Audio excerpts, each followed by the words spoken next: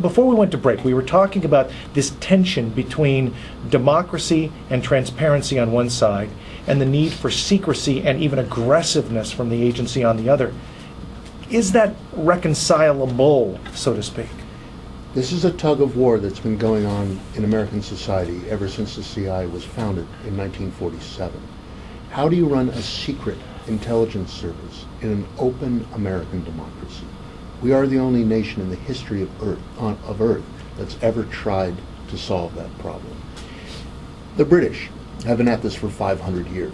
They run a small, but fairly effective, secret intelligence service. MI6 is very, very good. Right. But they're not open. Nothing about them is technically public. It was only just recently, in the last few years, that they even acknowledged who the leader of MI6 was. Whereas we have an aggressive and cantankerous press, maybe less aggressive than it used to be. We have a Congress. We don't, as Americans, really cotton to secrecy. It goes against something in our DNA. And the problem for the CIA has been, how do you run a secret operation of truly clandestine service in this country? We haven't figured that out yet, and we need to. But at the same time, and I want to sort of refer back to what we were talking about before, if what you're trying to do is work against a very difficult foe, and these are very difficult foes, frankly, I think this is much more complicated than when we were going after the Soviets. It was very nice when we could simply have satellites in space and we could just track columns of tanks and MiG aircraft. That's nice and easy to do, relatively speaking. But if we're talking about democracy and transparency, how do you go after somebody and organizations that are this bad without getting dirty simply by association? And we have in the past. We have. It takes a special breed of cat to do this kind of work.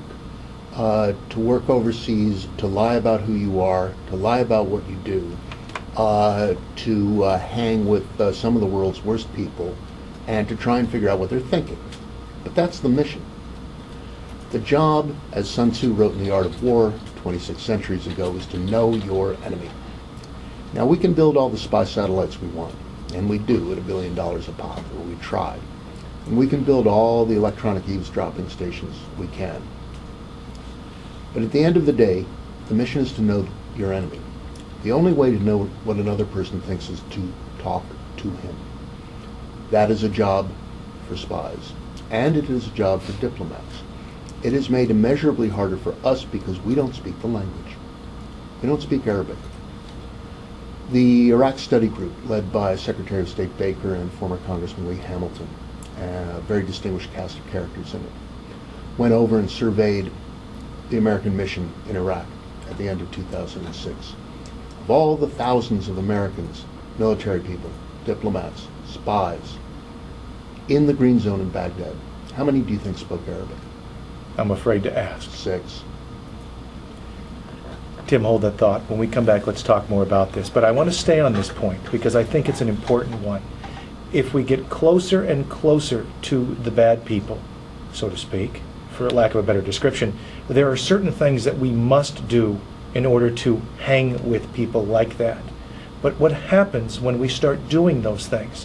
What are the distinctions between the people we fight and the people that we become in order to fight them? So let's talk about that again. Tim Weiner is my guest. The name of the book, Legacy of Ashes. Stay with us.